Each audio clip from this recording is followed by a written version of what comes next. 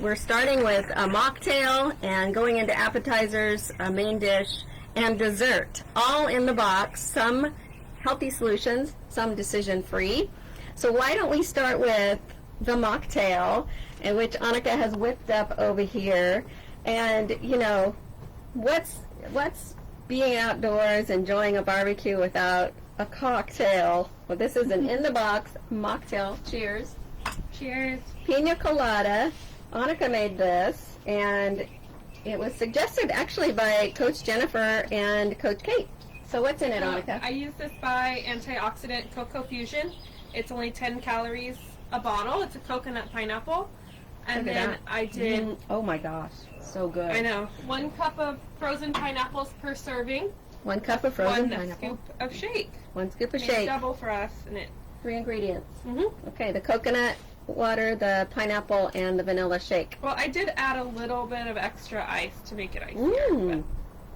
It is so good, and of course we put a little flair on there with our umbrella. So I'm going to be sipping this as often as I can because it is so good. It reminds me of being on the beach. Totally.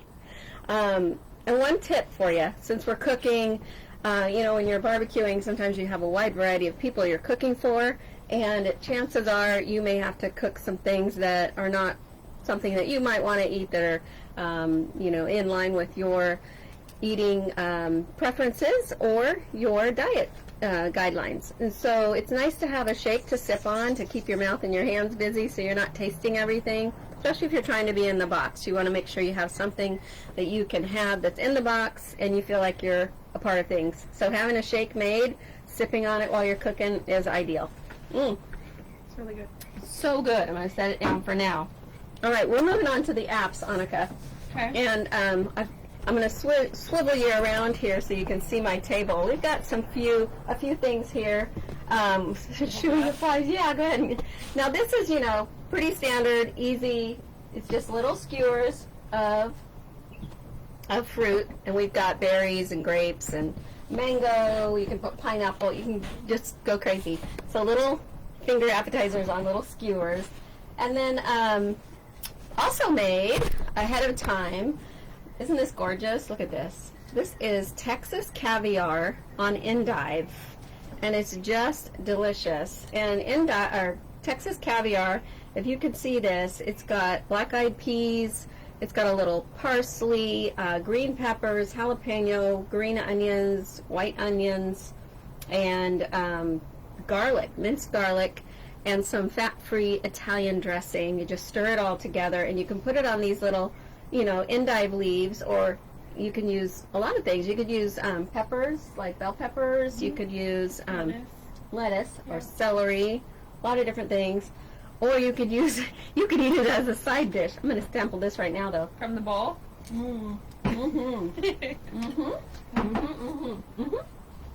Look at this.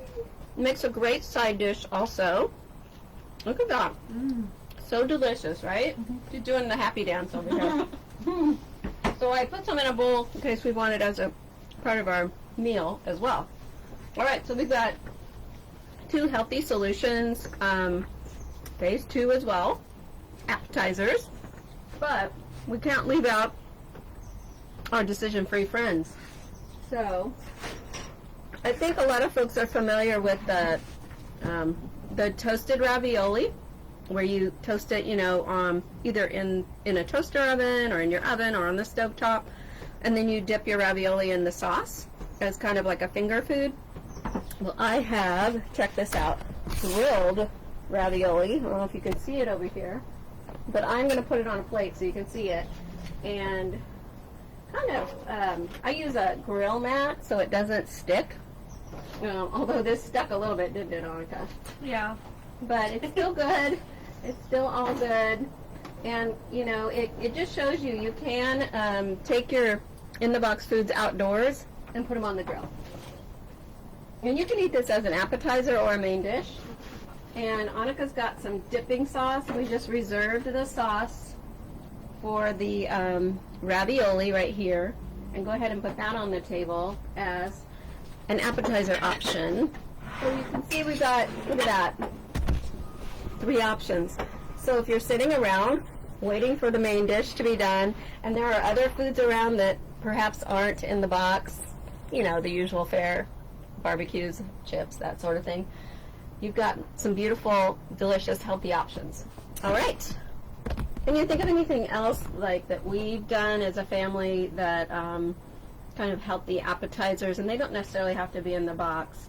Just trying to think about, you know, even just like we've done watermelon cut in wedges with a little mint and feta. I know it's not in the box, but it's certainly, you know, use very little feta. It'd be fine for phase 2. And that mixture is just fun. You know, you can even cut it in chunks and eat it with a toothpick. That's fun. I can't think of anything else at the moment. But I do need another sip of my pina colada. Woo! Yummy. If you just joined us, I'm Coach Sandi. This is my daughter, Anneke. She's helping us today. And we're grilling and chilling. We've got 24 people watching, Anneke. Mm-hmm. And feel free to comment with any of your, you know, tips or strategies or recipes you have for keeping on track when you're grilling or barbecuing or even picnicking, you know, anything you're using that is helping you. All right, you guys ready to move on to the main course? I know I am. I'm just thrilled about this main course. I'm so excited. And I'll tell you why. I have, you know, when you think about being in the box and barbecuing, the first thought is use the barbecue chicken entree, right? Throw that patty on the grill and, you know, eat it that way. And so I just wanted to take that barbecue chicken and do a little twist on it. And so what I've done is I've actually cooked it 2 ways. Yes, please have a seat. I cooked it 2 ways. I made chicken kebabs, chicken and veggie and fruit kebabs. And I'm going to grab one right here. So basically, I cut my little chicken patty up into little bite-sized pieces, and I put them on a skewer. Look at this.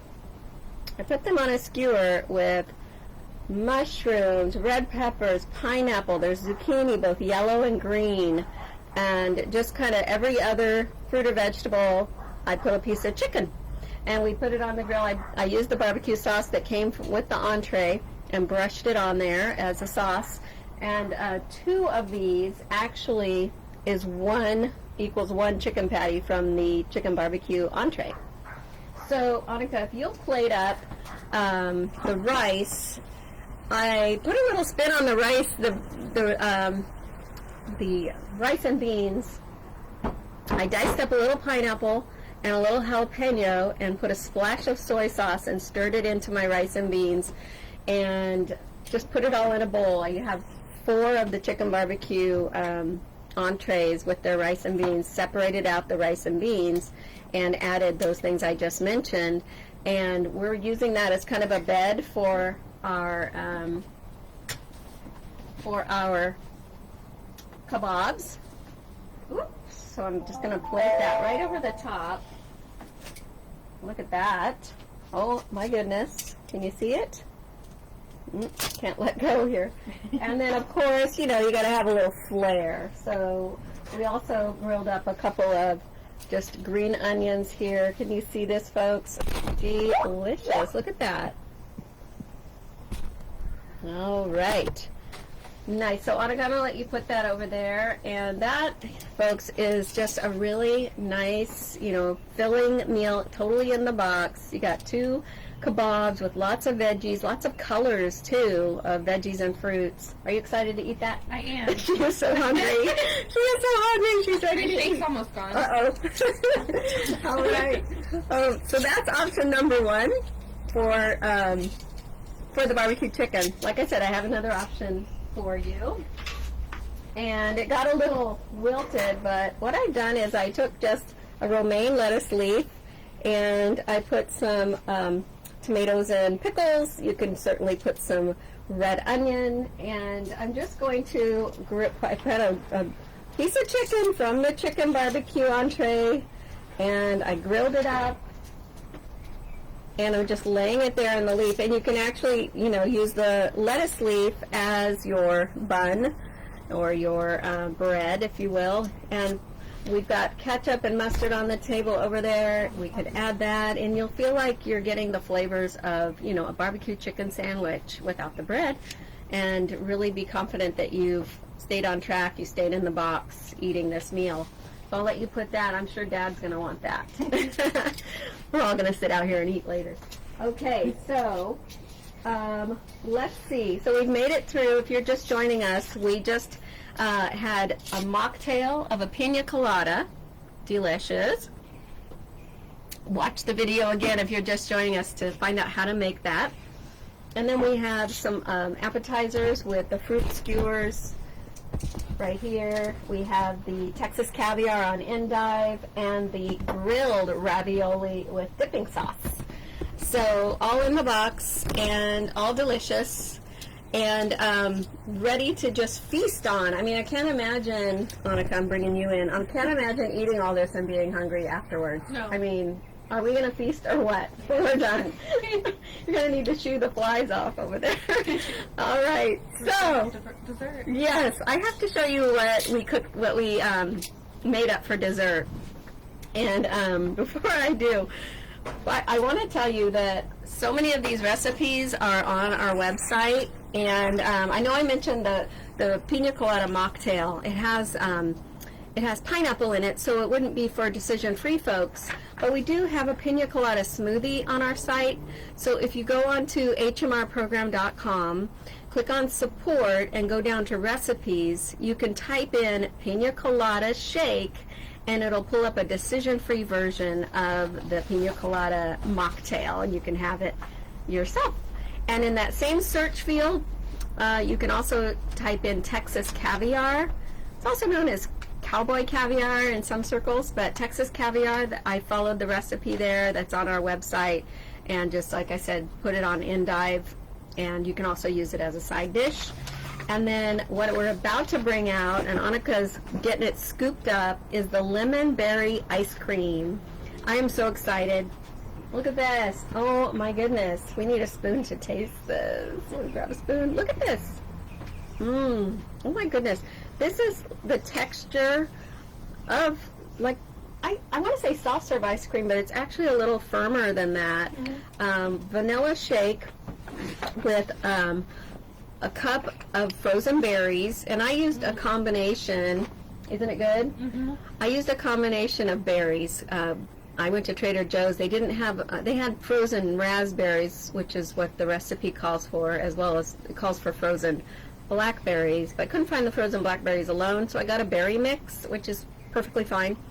So a cup of berries frozen, a vanilla shake serving the powder, and then 8 ounces of water, and a tablespoon of sugar-free lemon pudding mix.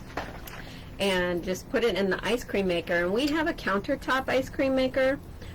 When I was a kid, we had the Crank homemade ice cream maker, and then in Annike's day, I think we had an ice cream maker outdoors, but it was electric, and now we've kind of migrated to the countertop ice cream maker. But you can also make this in a food processor and follow the directions on our website, and you can search to find this recipe by searching lemon berry ice cream. I'm going to try it.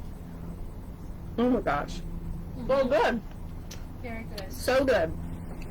Want to take another look? I know, it's, don't get jealous. We've got a feast here, and I can't wait for my family to come out and enjoy this with us. And, you know, be sure to comment with your own favorite recipes, tips for dining, barbecue. Here comes my husband and Annike's fiance to join us for a feast. Mine over here. I'm getting where you can see me. But I hope you enjoyed yourself and got a lot of tips for outdoor grilling, staying in the box, staying on track. Everybody say hi, wave, woohoo! All right, we're going to sit down and enjoy this feast. Have a great night, everybody. Continue to comment with your tips and recipes. And don't worry, we'll post these recipes after. All right, everybody. Bye-bye. Bye.